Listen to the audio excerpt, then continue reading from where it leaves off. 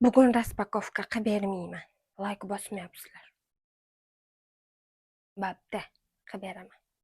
Faqat like bosinglar. Ketdik. Xullas dugonalar, bu yerda mamichkalar uchun zo'r narsalar kelgan. Idishlarimiz yuvadigan, vannalarimiz yuvadigan, uyimizda choynagimiz kir yog' bo'lib ketsa mana shunda yuvadi. Keyin tualetga qo'yadigan, tualet yuvadigan, oppoq qilib qo'yadi. Mana shu sovunga mamam cho'milsa shunaqa shirin bo'lib qoladi. Achamlab to'ymayman. Bu ham sovun, serdechkali.